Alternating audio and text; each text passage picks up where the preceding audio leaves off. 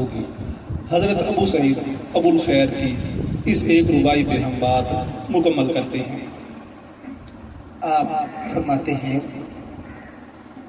کہ اے دوست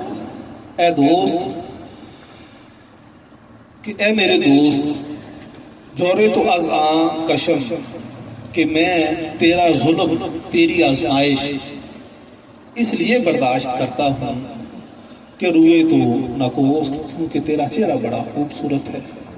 کہ اللہ رب العزت کا جو بندہ ہے جب وہ اس کی طرف چلتا ہے تو اس پہ آزمائشیں بھی آتی ہیں۔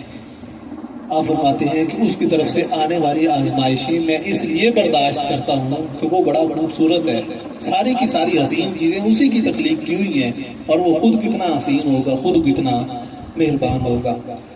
آگے آپ فرماتے ہیں مردم گویم بہشت خواہی یا دوست، لوگ کہتے ہیں کہ تو جنت میں جانا چاہتا ہے یا دوست سے ملاقات چاہتا ہے، دونوں میں سے کوئی ایک چیز ہمیں بتا۔ آپ فرماتے ہیں کہ اے بے خبران بہشت با دوست نکوست، آپ فرماتے ہیں کہ اے بے خبر لوگوں، دوست کے بغیر جنت کیسے؟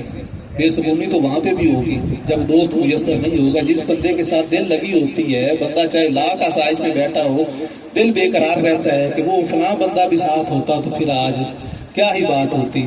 آپ فرماتے ہیں کہ اسی طرح سے دوست کو طلب کر، اللہ رب العزت کی ذات کو اس سے مانگ، وہ میسر آئے گی تو جنت بھی تیری ہے، ساری چیزیں ہی تیری ہیں۔ کہ جس طرح سے جنتیوں سے جنت میں سوال کیا جائے گا کہ بے قرار کیوں ہو، بے چین کیوں ہو، کیا وجہ ہے؟ وہ کہیں گے کہ ہم آئے تھے اللہ تعالیٰ کی ذات کا دیدار کرنے کے لیے۔ یہ ساری چیزیں تو دنیا میں بھی تھی، ہم وہاں پہ بھی دیکھتے رہے ہیں۔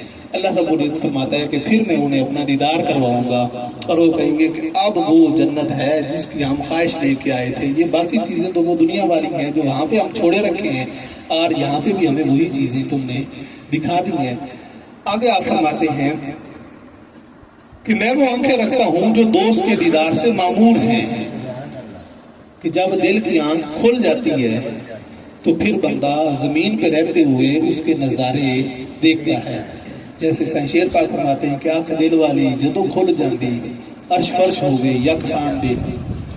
تو اسی طرح سے آپ فرماتے ہیں کہ میں وہ آنکھیں رکھتا ہوں جو کھلی ہوئی ہیں اور دوست کا دیدار کر رہی ہیں، اس لیے میں جنت نہیں چاہتا، میں وہ دوست چاہتا ہوں جو اس جنت کا مالک ہے۔ آگے آپ فرماتے ہیں کہ میں اپنی آنکھوں کو بڑا پسند کرتا ہوں، کس لیے؟ کہ وہ اس دوست کو دیکھنے والی ہیں، جس کام کے لیے اس نے آنکھیں بنائی ہیں کہ کائنات میں رہو، میرے جلوے دیکھو، میری طرف رجوع کرو کہ یہ درخت ہے، یہ شجر ہے، یہ پتھر ہے، یہ بڑے بڑے پہاڑ ہیں، یہ کیسے بن گئے ہیں۔ اس نے کہا تھا کہ میری ذات کی طرف تم نے تعلق کو قائم کرنا ہے، میری طرف رجوع کرنا ہے۔ یہ اسی کے لیے آنکھیں اس نے دی تھی، چہ جائے کہ تم نے ان کے مفہوم مخالف سوچنا شروع کر دیا۔ اب فرماتے ہیں کہ میں اپنی آنکھوں پہ خوش اس لیے ہوں کہ یہ صرف اسی کے جلوے دیکھتی ہیں، اسی کو دیکھتی ہیں، اور کسی چیز کو نہیں دیکھتی۔ اب آپ اس پہ بات کو مکمل کرتے ہیں۔ آپ فرماتے ہیں کہ مجھے سمجھ نہیں آتی کہ یہ آنکھیں ہیں یا کہ ہے ہی دوست، کہ مجھے اس کے علاوہ اور کوئی چیز نظر ہی نہیں آتی، کہ ہر لمحہ میں اس کی ذات کے جلووں میں اتنا مگن رہتا ہوں کہ ہمہ وقت مجھے سوچ فکر جو ہے وہی رہتی ہے اور وہی مجھے نظر آتا ہے، مجھے کوئی چیز اور اس کے علاوہ نظر ہی نہیں آتی۔ بزرگان دین کا یہی وتیرہ رہا ہے کہ انہوں نے مخلوق خدا کے ساتھ خدمت کرنے کا تعلق، ان کی عزت کرنے کا تعلق اس وجہ سے رکھا کہ یہ اللہ کی مخلوق ہے، اور انہوں نے ان کو اس خالق حقیقی کی مخلوق جان کے ان کی خدمت کی کہ یہ اس کے بنائے ہوئے ہیں، یہ اس کے بھیجے ہوئے ہیں، اور اس پہ انہوں نے بڑی مہربانی کی ہے، لہذا ہم نے اس کی عزت کرنی ہے۔ یہ چاہے جیسا بھی ہے، گناہ گار ہے، بدکار ہے، زیاکار ہے، جو بھی ہے، ہم نے اس کی عزت کرنی ہے، کیونکہ یہ اللہ رب العزت کی ذات کا بنایا ہوا ہے اور اس نے خود اسے دنیا میں بھیجا ہے، لہذا اس کی عزت جو ہے وہ ضروری ہے۔